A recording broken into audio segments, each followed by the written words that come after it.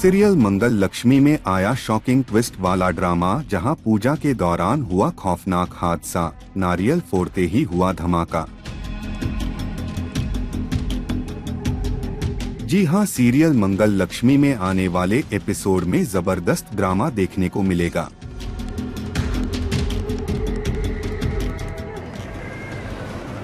बेटा, वो हमने घर की शांति के लिए हवन रखवाया है, ठीक किया ना? अब घर की सारी बुराई बंद हो जाएगी। जहां एक तरफ कुसुम घर में पूजा और हवन करवती है ताकि घर में शांति और खुशहाली बनी रहे। इस पूजा में मंगल, उसकी मां और पंडित जी शामिल होते हैं। माहौल बेहद भावुक होता है और पूरी विधि विधान से पूजा की जा रही होती है। इसी दौरान पूजा स्थल के पीछे थोड़ी ऊंचाई पर रखी जगह से लाल रंग की एक पोटली नीचे गिरती है। पोटली गिरते ही धूल उड़ती है और उसका रंग मंगल के माथे पर लग जाता है। इसके बाद मंगल की नजर पोटेली के पास पड़े एक कागज पर जाती है, जिसे देखकर वह पूरी तरह चौंक जाती है। वह कागज आदित्य और मंगल के तलाक के कागजात होते हैं, जिनका अभी तक रजिस्ट्रेशन नहीं हुआ है। यह सच जानकर मंगल सदमे में आ जाती है।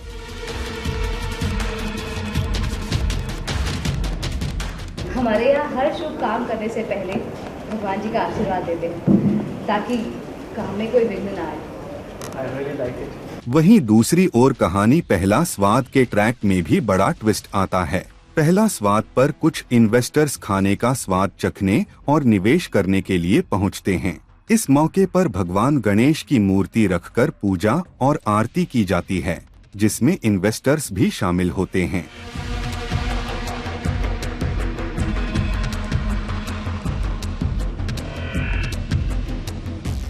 लेकिन कहानी में आता है ट्विस्ट, जब आरती के दौरान एक महिला शुभी के हाथ से आरती की थाली छीन लेती है, जिससे शुभी आहत हो जाती है।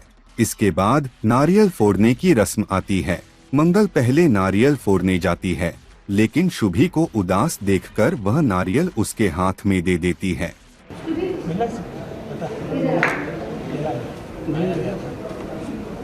तुम ये आरती नहीं कर पाए तो ये तुम ये नारियल फोड़ो। तुम्हारे नाम में ही शुभ है तो ये शुभ काम तुम ही करो। बाकी लोग भी लोग चेंज करो, अच्छा काम किया। जैसे ही शुभी नारियल फोड़ती है, जोरदार धमाका होता है। चारों तरफ धुआं फैल जाता है, लोग घायल हो जाते हैं, उनके चेहरे झुलस जाते हैं और अफरा-तफरी मच जाती है। मंगल भी मौके पर बेहोश होकर गिर जाती है। कुछ देर बाद मंगल को लोगों की चीख पुकार सुनाई देती है। उसकी आंखें खुलती हैं और वह उठकर बैठती है, लेकिन चारों ओर का मंजर देखकर वह पूरी तरह घबरा जाती है।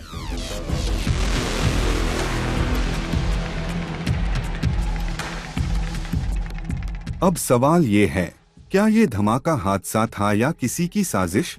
और तलाक के कागजों का पूजा के दौरान गिरना किस इशारे की ओर है?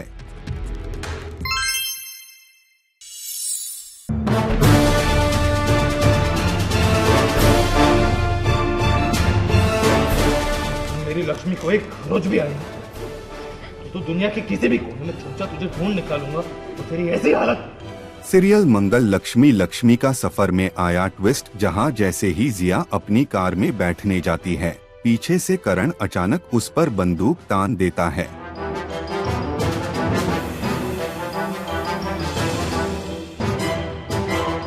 हालांकि कार के सामने लगे शीशे में जिया को दिखाई दे जाता है कि करण ने उस पर बंदूक तानी है। जैसे ही जिया मुड़ने की कोशिश करती है, करण उसे पकड़ लेता है और गुस्से में कहता है, बताओ मेरी पत्नी लक्ष्मी कहाँ है?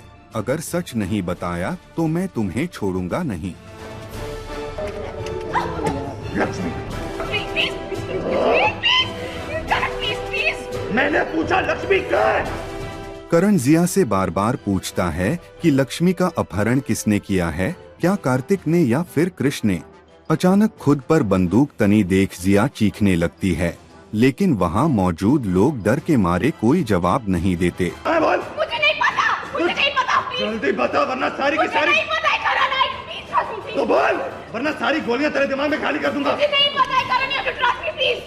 इसी बीच करण को कृष के मोबाइल से लाइव लोकेशन मिलती है जो उसके फोन पर आती है। लोकेशन देखते ही करण समझ जाता है कि लक्ष्मी ने ही कृष के मोबाइल से यह लोकेशन भेजी है। यह समझते ही करण तुरंत वहां से निकल जाता है।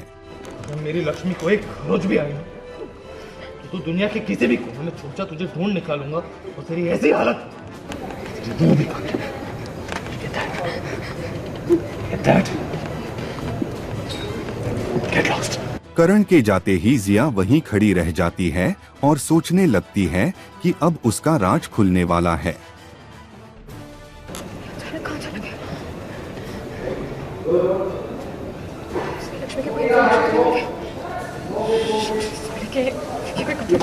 इसके बाद वह भी कार में बैठती है और वहां से निकल जाती है।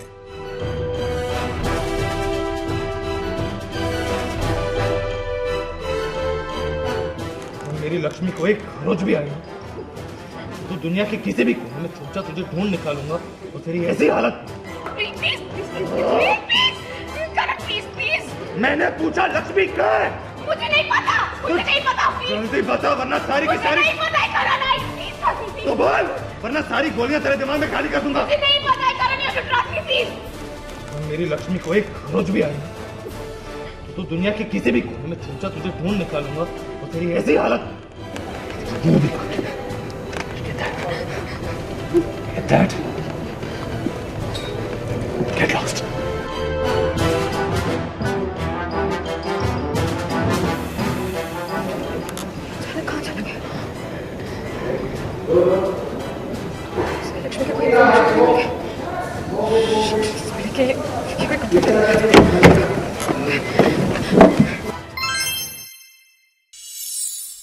क्यूट नहीं है, नोकझोंक खतरनाक है एकदम। धीरज भी खतरनाक है, रज्जी भी, और दोनों जब लड़ते हैं तो और खतरनाक है। दोनों एकदम एनिमल हैं और अपनी अपनी फैमिली को प्रोटेक्ट करने के लिए कुछ भी कर सकते हैं। इन दोनों का प्यार मतलब जो अपनी फैमिली के लिए है वो भी बहुत खतरनाक है, और एक दूसरे के लिए नफरत भी खतरनाक है। दोनों के बीच में फैमिली में जो नफरत है वो किसी वजह से नहीं है, बस वजह यही है कि वो फैमिली में विरासत से मिली है। मेरा जो कैरेक्टर है वो बिल्कुल वैसे रिबेलियस और वही चीज़ें हैं कि नहीं, अगर मुझे ये सही लग रहा है तो यही सही है, लेकिन मतलब सेंस के साथ में है, ऐसा नहीं है, बदतमीज़ नहीं है। जो हमने आपके डैड से बात की, महादेव से बात की कि ये जो कहानी है आज का जो जेनजी ज़माना है वो कैसे रिलेट करे, क्योंकि आज का जो जेनजी है ना वो हमेशा अपनी बातों को रखता है। डैड ने बोल दिया तो उस पर सवाल करता है क्यों, तो क्या कहना चाहिए? तो बिल्कुल वैसे ही है उसमें, मतलब जो मेरा जो कैरेक्टर है वो बिल्कुल वैसे रिबेलियस और वही चीज़ें हैं कि नहीं, अगर मुझे ये सही लग रहा है तो यही सही है, लेकिन मतलब सेंस के साथ में है, ऐसा नहीं है, बदतमीज़ नहीं है। ठीक है, किसी भी मतलब जैसे ऐसा होता है कई बारी कॉन्फ्लिक्ट फैमिली में हमारे सीन्स में कि महादेव कुछ कह देते हैं, उनको लगता है कि ये सही है, बट धीरज कहता है कि नहीं, ऐसा क्यों, ये क्यों नहीं हो सकता, ये क्यों नहीं हो सकता। अगर आप कोई आपके साथ ये चीज़ गलत हो इसका मतलब थोड़ा है कि हमारे साथ भी गलत होगी, तो आप हमें ऐसे बाउंड्रीज़ में क्यों बांध रहे हो। ठीक है, हम आपसे बहुत प्यार करते हैं, हम आपकी बहुत रिस्पेक्ट भी करते हैं, बट इसका मतलब ये नहीं है कि हम अपनी ज़िंदगी नहीं जी सकते। सो मतलब कहीं ना कहीं इसमें ऐसा है कि अगर बाप ने कोई तकलीफ़ झेली है तो बाप का पर्सपेक्टिव ये है कि मेरे बच्चे वो तकलीफ़ ना झेलें। धीरज का पर्सपेक्टिव ये है कि जब तक हम खुद से नहीं गिरेंगे हम सीखेंगे नहीं। अगर आप हमें ऐसे ही बचा करके रखोगे, आप हमें ऐसे ही प्रोटेक्ट करने की कोशिश करोगे, तो कहीं ना कहीं ये होगा कि हम लोग कमज़ोर हो जाएंगे। तो ये ऐसे जेनजी, और हम जो देखते हैं आजकल की जनरेशन में बहुत रिबेलियस है, वो सवाल करते हैं। पहले ये होता था कि सवाल नहीं किया जाता था, पहले ये होता था कि अच्छा ठीक है, ओके डन, ख़त्म बात। अभी ऐसा पूछते जाता है क्यों, इज्जत के दायरे में रहते हुए अपने फादर से पूछा जाएगा क्यों, ये चीज़ क्यों है। तो मतलब इसमें रिस्पेक्ट भी बहुत दिखाई है, मतलब ऐसे दिखाया है कि बाप चाहे मार ले, पीट ले, कुछ भी कर ले, लेकिन कोई बच्चा एक लफ्ज़ नहीं बोल सकता है। तो वो बहुत अच्छी साइड दिखाई है, और ऐसा ही इनकी फैमिली में भी है। हमारी फैमिली में मतलब थोड़ा अलग इसलिए है क्योंकि रज्जी अनाथ है। रज्जी 12 साल की थी तब उसके माँ बाबा गुजर गए, और कहीं ना कहीं वो इंडेटेड है और एहसानों के नीचे दबी हुई है, पर एहसान समझती नहीं है। पर एक सबकॉन्शियस में तो पता ही होता है ना कि अगर हमें एक बड़े परिवार में लाके बड़ा किया है, अनाथ थी मैं, अपनाया है, तो लॉयल्टी, डिवोशन वो उसके मन में आ चुका है और भानु माँ ने उसे बहुत प्यार दिया है। भानु माँ ने कभी शादी नहीं की, बट रज्जी को अपनी बेटी से भी बढ़कर माना है हमेशा। तो एक डिवोशन आ गया है, इसीलिए रज्जी का वो एटीट्यूड हो गया है कि जो भानु माँ ने बोला वो मैं करूँगी, और एक अंधभक्ति जिसे कहते हैं ना वो हो गया है। पर रज्जी की नज़रों में भानु माँ कभी गलत हो भी नहीं सकती है, क्योंकि भानु माँ चाहे महादेव से नफ़रत कर ले पर वैसे वो एक बहुत ही स्ट्रॉन्ग और बहुत ही अच्छी और बहुत ही प्यारी सुलझी हुई औरत है। बस एक नफ़रत है उनके मन में, क्योंकि उनका भी पॉइंट सही है कि जिस बहन से वो इतना प्यार करती थी उस बहन ने धोखा दे दिया, उनके फादर की डेथ हो गई उस टेंशन के चलते।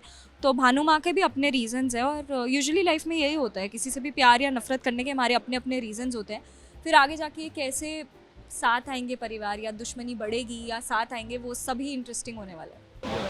चलिए आप दोनों की केमिस्ट्री हम जानते हैं, हमने तो देख लिया एक नजर, बट आप लोगों को जब पता चला कि आप दोनों एक दूसरे के वो स्टार्ट होने वाला, आई मीन अपोजिट होगा, तो बेसिकली ऐसा था कि हम लोग पहले से एक वेब सीरीज़ करी है जिसको अभी तक नहीं आई है, बट हम लोग वहाँ मिले, अच्छी दोस्ती हुई, बातचीत हुई। तो हम मतलब मुझे ये भी एज अ परफॉर्मर बहुत अच्छी लगी, तो इसको भी मैं अच्छा लगा। तो हाँ हाँ इंशाल्लाह। तो फिर ऐसा हुआ कि जब मुझे इस कैरेक्टर का मैंने ऑडिशन पहले से दिया हुआ था, 4 महीने हो गए थे इसका ऑडिशन मैंने दिया हुआ था, और मैं दूसरा शो कर रहा था क्योंकि इसको ऑन ट्रैक आने में थोड़ा टाइम लगा है। ये फाइनल हो चुकी थी, और जब मैं फाइनल हो रहा था तो मैं आया था, अपने मॉक के लिए आया था। तो मुझे वहाँ करके पता चला कि ये गर्भिता कर रही है। तो मैंने तभी अपने क्रिएटिव और अपने हाँ लोगों को बताया कि यार मेरी और इसकी तो पहले से ऐसे मतलब है कि हम लोग मिले हैं और हम लोग तो मैनिफेस्ट भी कर रहे थे।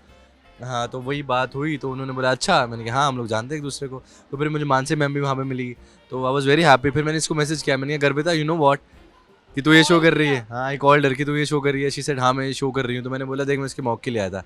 इसने बोला वंडरफुल। तो फिर इसने 1-2 लड़के ने और मॉक दिया, फिर मैं इसके साथ मॉक देने के लिए आया, फिर इसके साथ मॉक हुआ, इट वेंट रियली वेल।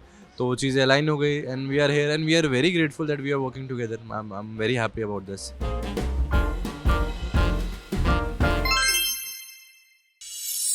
जो तुमने मेरे लिए किया है उसकी कीमत तो देनी है। तुमने मेरी ज़िंदगी का सबसे बड़ा पत्थर रास्ते से हटा दिया। इसका नाम है बलिया बिल्लू।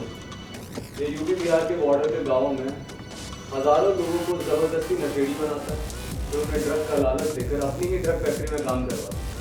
मुझसे मिल लो, वो तुम्हें सिखा देगा। तुम्हारा काम तो बिगड़ गया ना राकेश, एक नंबर का सांप निकला बे। मैंने तुझ पे इतना भरोसा किया, विश्वास किया, पैसे दिए, तूने मुझे ही रख दिया। सीरियल जागृति एक नई सुबह में आया हाई पॉइंट ड्रामा, जहां आतिश ने कबूला अपना जुर्म, सूरज को फंसाने की साजिश का किया खुलासा। जागृति ने मोबाइल में कैद किया सच, आतिश को पहनाई हथकड़ी। जो तुमने मेरे लिए किया है उसकी कीमत तो देनी है। तुमने मेरी जिंदगी का सबसे बड़ा पत्थर रास्ते से हटा दिया। तुम्हारा काम तो बिगड़ गया ना। जी हाँ, सीरियल जागृति में एक जबरदस्त और चौंकाने वाला हाई पॉइंट ड्रामा देखने को मिलता है। एक ओर आतिश मुकेश को नोटों से भरा बैग सौंपते हुए कहता है कि उसने उसका काम बखूबी किया है और यह उसका इनाम है। आतिश यह भी कहता है कि वह फिलहाल इस काम को छोड़ रहा है। जो तुमने मेरे लिए किया है उसकी कीमत तो देनी है। थैंक यू भाई। तुम्हें पता भी नहीं, तुमने मेरी जिंदगी का सबसे बड़ा पत्थर रास्ते से हटा दिया। ये धंधा मैंने सिर्फ सूरज को फंसाने के लिए किया था। ये धंधा आगे करने का कोई इरादा नहीं, लेकिन तुम फिर भी सीखना चाहते हो तो मेरा एक दोस्त है, वो तुम्हें सिखा देगा। हालांकि जब मुकेश उससे कहता है कि उसे अभी और पैसे कमाने हैं, तब आतिश उसे यूपी के एक गैंगस्टर की फोटो दिखाता है और कहता है कि वह उनसे जाकर मिले, वहां उसे आगे कमाई का रास्ता मिलेगा। इसके बाद आतिश मुकेश को सूरज को फंसाने के लिए धन्यवाद भी देता है। इसका नाम है बलिया बिल्लू। ये यूपी बिहार के बॉर्डर के गाँव में हजारों लोगों को जबरदस्ती नशेड़ी बनाता है, फिर उन्हें ड्रग का लालच देकर अपनी ही ड्रग फैक्ट्री में काम करवाता है। मुझसे मिल लो, वो तुम्हें सिखा देगा। ये सब मेरे लिए? हाँ राकेश, ये सब तुम्हारे लिए। तुमने जो मेरे लिए किया है ना, उसका इनाम तो तुम्हें मिलना ही था। इसी बीच कहानी में बड़ा ट्विस्ट तब आता है जब जागृति चुपचाप इस पूरी बातचीत को अपने मोबाइल में रिकॉर्ड कर लेती है। जागृति के हाथ ठोस सबूत लग जाते हैं। इसके बाद वह सूरज और आकाश के साथ वहां पहुंचती है और आतिश से कहती है कि अब उसके खिलाफ उनके पास पूरे सबूत हैं। राकेश, तू एक नंबर का सांप निकला बे। मैंने तुझ पे इतना भरोसा किया, विश्वास किया, पैसे दिए, तूने मुझे ही रख दिया। ये सारी बातें सुनी सुनी लग रही है ना मिस्टर ड्रग डीलर। सोचना भी मत आतिश, तेजस्वी को सिर्फ एक गोली लगेगी, तुम्हें शांत करना। और वैसे भी अभी जस्ट तुमने अपने सारे गुनाह कबूल किए जो मैंने रिकॉर्ड कर लिए, तो अब जेल जाने के लिए तैयार। तेजस्वी, इसके बाद जागृति आतिश को हथकड़ी पहनाती है और साफ शब्दों में कहती है कि अब उसे जेल की हवा खानी होगी।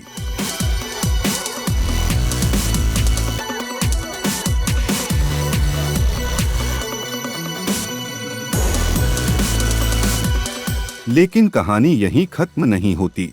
इसी दौरान सपना का कॉल जागृति के पास आता है, जिसे देखकर जागृति पूरी तरह चौंक जाती है।